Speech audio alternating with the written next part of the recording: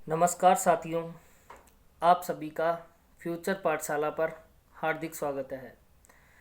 विज्ञान के प्रश्नों की श्रृंखला में आगे बढ़ते हुए आज हम कुछ और महत्वपूर्ण प्रश्नों के बारे में चर्चा करेंगे। पिछले सेशन में साथियों हमने कोशिका के सामान्य परिचय से संबंधित महत्वपूर्ण प्रश्नों के बारे में चर्चा की थी।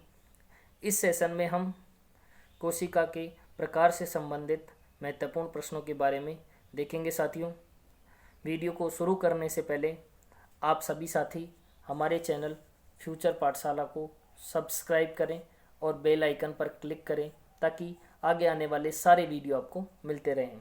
चलते हैं साथियों, आज का पहला प्रश्न है, मॉडर्न साइटोलॉजी के पिता हैं। ऑप्शन ए है रॉबर्ट हुक, ऑप्शन बी है कार्ल स्वानसन, ऑप्शन सी है ए.के. शर्मा और ऑप्शन डी है एंटोनी वॉन ल्यूवेनहोफ।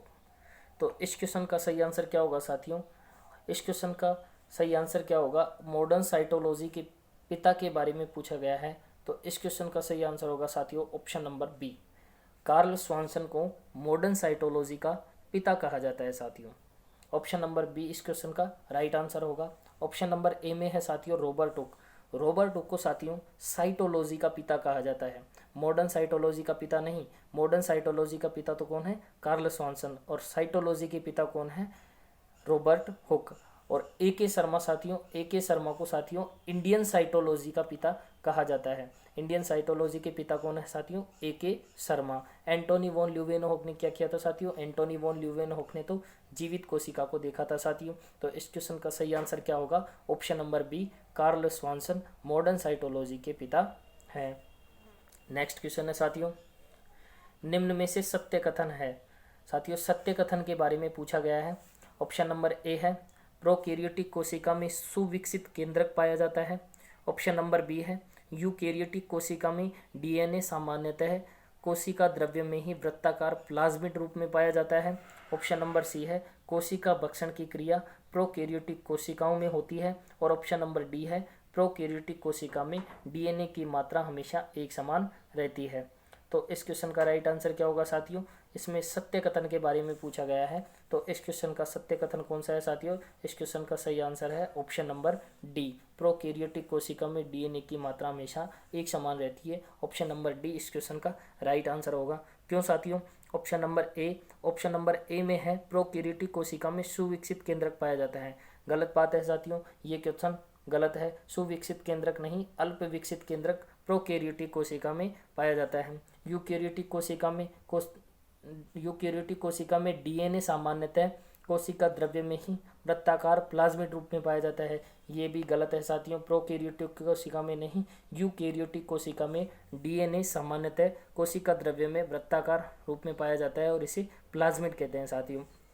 कोशिका भक्षण की क्रिया प्रोकैरियोटिक कोशिकाओं में होती है, ये गलत है साथियों। प्रोकैरियोटिक कोशिकाओं में नहीं, यूकैरियोटिक कोशिकाओं में ही कोशिका भक्षण की क्रिया होती है। तो ऑप्शन नंबर डी इस क्वेश्चन का राइट आंसर हो जाएगा साथियों। प्रोकैरियोटिक कोशिका में डीएनए की मात्रा हमेशा समान रहती है। क्यों? क्योंकि कोशिका विभाजन के समय प्रोकैरियोटिक कोशिका में 2n से 2n का ही निर्माण होता है, यानी कि मातृ कोशिका के समान ही पुत्री कोशिकाओं में गुणसूत्रों की संख्या होती है। इसलिए प्रोकैरियोटिक कोशिका में डीएनए की मात्रा हमेशा समान ही रहती है। तो इस क्वेश्चन का सही आंसर होगा साथियों ऑप्शन नंबर डी।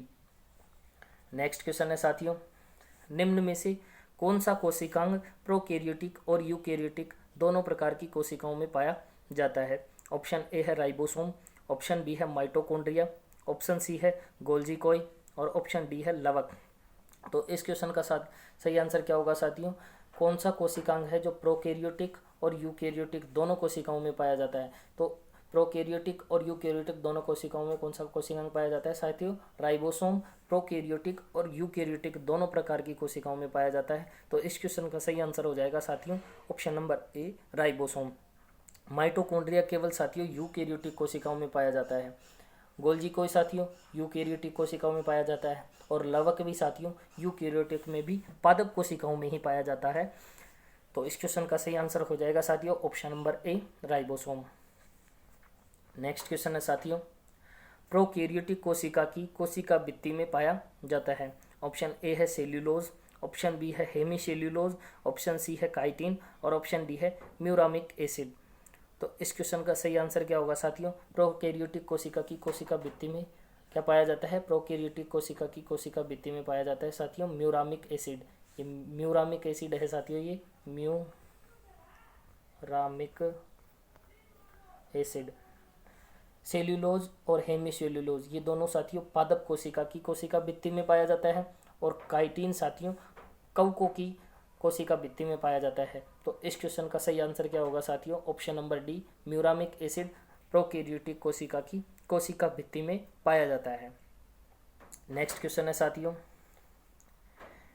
A+T/G+C का अनुपात 1 से कम हो तो कोशिका होती है।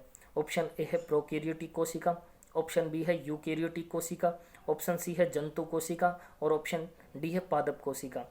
तो इस क्वेश्चन का सही आंसर क्या होगा साथियों? A+T/G+C का अनुपात 1 से कम हो, A+T/G+C का अनुपात 1 से कम हो तो साथियों कोशिका कौन सी होगी? कोशिका होगी साथियों प्रोकैरियोटिक कोशिका। ऑप्शन नंबर ए इस क्वेश्चन का राइट आंसर होगा साथियों। ए यानी एडेनिन, टी यानी थाइमिन, जी यानी ग्वानिन और सी यानी साइटोसिन। तो इनका अनुपात यदि 1 से कम हो तो प्रोकैरियोटिक कोशिका होगी और इनका अनुपात यदि 1 से ज़्यादा है तो यूकैरियोटिक कोशिका होगी।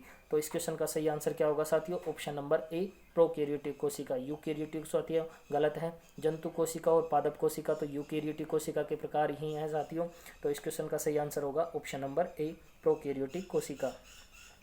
नेक्स्ट क्वेश्चन है साथियों, कोशिका भक्षण की क्रिया पाई जाती है। ऑप्शन ए है प्रोकैरियोटिक कोशिका में, ऑप्शन बी है केवल पादप कोशिका में, ऑप्शन नंबर सी है केवल जंतु कोशिका में और ऑप्शन नंबर डी है पादप कोशिका और जंतु कोशिका में। तो इस क्वेश्चन का सही आंसर क्या होगा साथियों?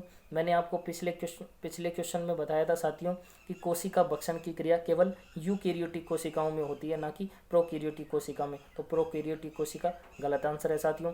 और यूकैरियोटिक कोशिका में भी साथियों केवल जंतु कोशिकाओं में ही कोशिका भक्षण की क्रिया होती है, पादप कोशिकाओं में नहीं। तो ये ऑप्शन गलत है। ऑप्शन नंबर सी और ऑप्शन नंबर बी और ऑप्शन नंबर डी गलत है। ऑप्शन नंबर सी इसका सही आंसर होगा साथियों। केवल जंतु कोशिका में कोशिका भक्षण की क्रिया पाई जाती है।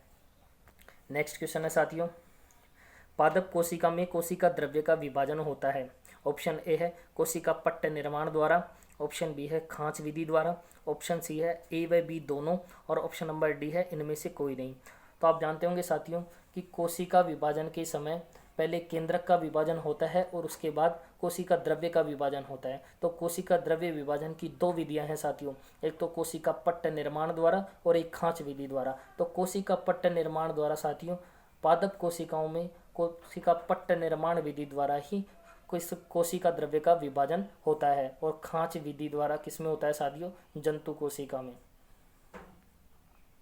जंतु कोशिका में साथियों खांच विधि के द्वारा कोशिका द्रव्य का विभाजन होता है। तो इस क्वेश्चन का सही आंसर क्या होगा साथियों? ऑप्शन नंबर ए इस क्वेश्चन का सही आंसर होगा कि कोशिका पट्ट निर्माण विधि द्वारा पादप कोशिका में कोशिका द्रव्य का विभाजन होता है। नेक्स्ट क्वेश्चन है साथियों, निम्न में से सही है।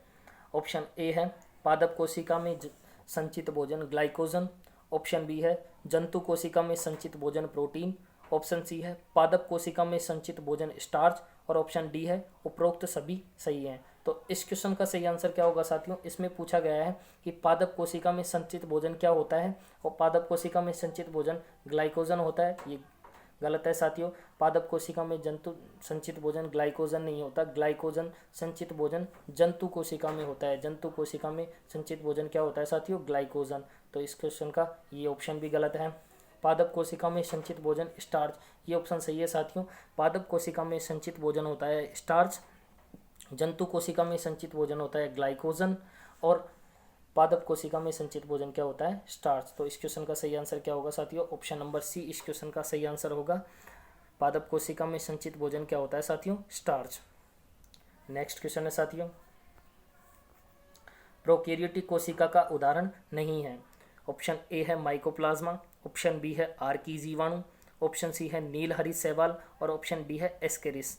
तो इस क्वेश्चन में साथियों ऐसा कौन सा उदाहरण है जो प्रोकैरियोटिक कोशिका का नहीं है। साथियों, नहीं के बारे में पूछा गया है तो ऑप्शन ए है माइकोप्लाज्मा, ये प्रोकैरियोटिक कोशिका का उदाहरण है साथियों। आर्की जीवाणु, ये भी प्रोकैरियोटिक कोशिका का उदाहरण है साथियों। नीलहरी शैवाल, ये भी प्रोकैरियोटिक कोशिका का उदाहरण है साथियों। तो इसमें प्रोकैरियोटिक कोशिका का उदाहरण कौन सा नहीं है साथियों? एस्केरिस। एस्केरिस प्रोकैरियोटिक कोशिका का उदाहरण नहीं है, तो इसमें नहीं के बारे में पूछा गया है। तो ये तीनों ऑप्शन तो गलत है साथियों। और नहीं, प्रोकैरियोटिक कोशिका का उदाहरण कौन सा नहीं है? एस्केरिस। एस्केरिस साथियों यूकैरियोटिक कोशिका का उदाहरण होता है, ना कि प्रोकैरियोटिक कोशिका का। तो इस क्वेश्चन का सही आंसर हो जाएगा option number D, Ascaris prokaryotic कोशिका का उदाहरण नहीं है। Next question. तो ये थे साथियों विज्ञान से में कोशिका के प्रकार से संबंधित कुछ महत्वपूर्ण प्रश्न। यदि ये वीडियो आपको अच्छा लगा तो इसे लाइक और शेयर करें और हमारे चैनल फ्यूचर पाठशाला को सब्सक्राइब करें और बेल आइकन पर क्लिक करें ताकि आगे आने वाले वीडियो आपको मिलते रहें। धन्यवाद साथियों।